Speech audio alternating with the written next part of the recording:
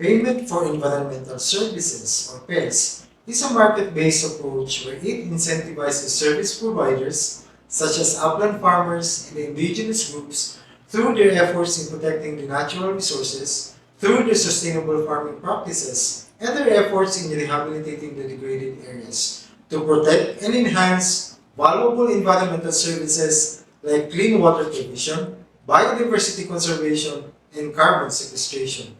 These services benefit various users, such as the water districts and the tourism industries, who in turn provide financial rewards, in cash or in kind, back to the service providers. As you can see, PES creates a cycle where conservation efforts are supported by the very people who benefit from them.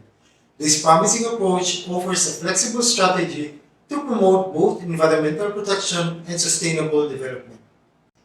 The study on institutional arrangements is key to planning or designing PES programs that assist the government to address funding shortage in conservation. While PES has the potential to help resolve this concern, its success depends on how well the institutions that influence them function. This study sought to determine the existing policies, laws, institutions, stakeholders with involvement in the protection of Mount Hamiguitan Range Wildlife Sanctuary or MHRWS, the provision of water, and the existing land rights setup that can support PES in MHRWS. This study also aimed to identify possible factors that can constrain PES implementation in the protected area. The institutional arrangement or its framework and setting, along with their enabling and constraining factors, as shown in the figure, influences the success or failure of PES implementation. The chance that implementation will succeed is higher when in the institutional arrangement, the property rights are clear and established, there is stakeholder participation and collaboration, there is the presence of enabling policies, the financial resources are available, and the institutions are capacitated effectively to implement PES. On the other hand, PES implementation would be difficult if constraining factors are present such as ill-defined property rights, weak governance, and inadequate capacity for enforcement. MHRWS and the surrounding barangays encompassing the three administrative areas traversing the sanctuary, namely the municipality of San Isidro, the municipality of Governor Generoso, the city of Mati, all situated in the province of Davao Oriental, served as the research setting of this study. The barangays have a population size of 27,124. There are 198 individuals living in a buffer zone or multiple use zone, of whom 52% belong to the indigenous groups. Households enjoy water sourced from the watersheds of the protected area in service category levels 1, 2, and 3. The research subjects are the MHRWS officials, barangay officials, and water supply leaders. This study adopts a descriptive case study approach. Documents were reviewed and key informants who were purposefully selected were interviewed to identify both enabling and constraining factors. Interviews were analyzed thematically, focusing on the explicit meanings participants provided without going beyond their statements. Ethical procedures were followed, including obtaining permission to access offices and informed consents from participants. There are numerous existing national policies that contain provisions that can enable PES.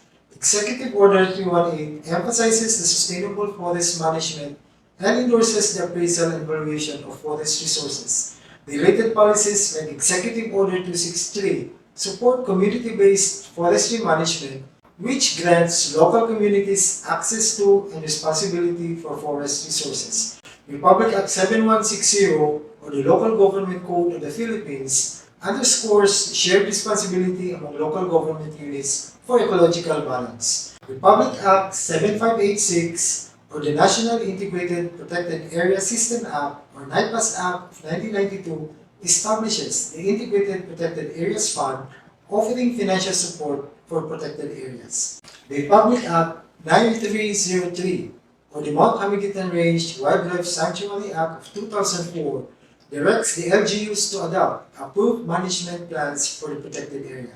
The Protected Area Management Board plays a key role for enabling PES in MHRWS.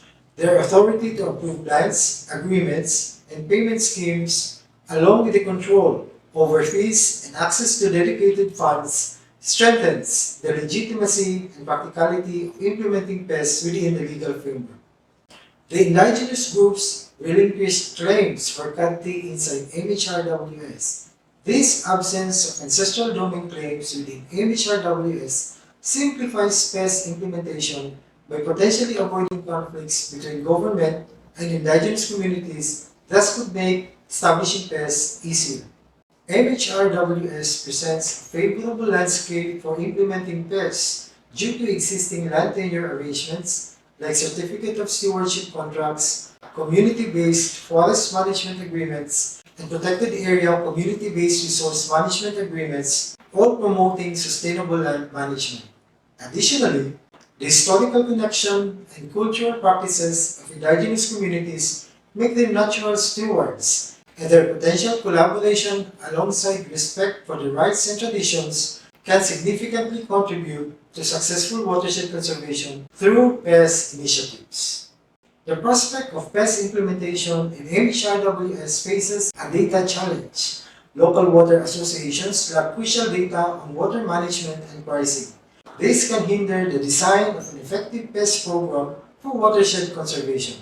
The unfamiliarity with PES also poses a challenge as officials initially express no prior knowledge. However, their openness after receiving information suggests a potential for increased interest and engagement as they recognize the benefits of PES.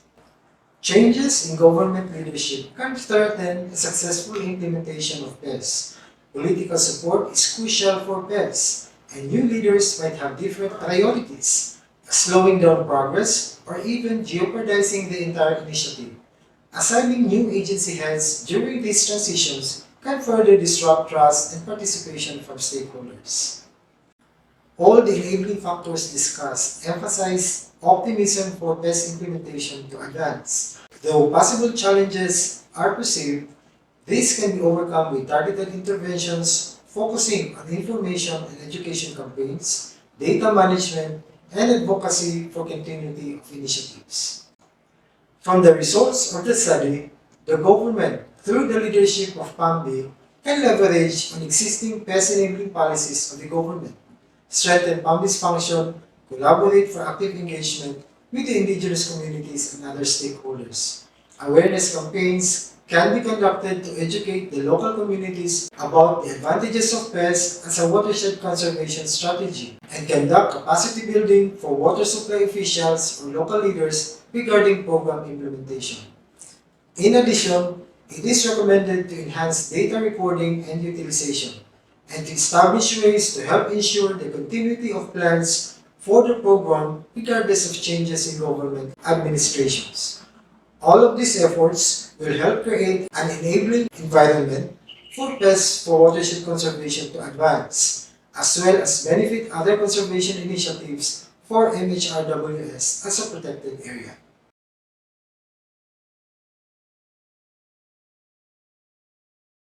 For the outcomes of this study, PES shows promise for watershed conservation. PES principles encourage agencies to collaborate and leverage existing laws and institutions. It also raises awareness among stakeholders that PES can be a source of funding for conservation, while also alleviating poverty for the indigenous communities and upland farmers who act as stewards of these watersheds. Finally, the study highlights the growing realization that PES can lead to a sustainable water supply for everyone.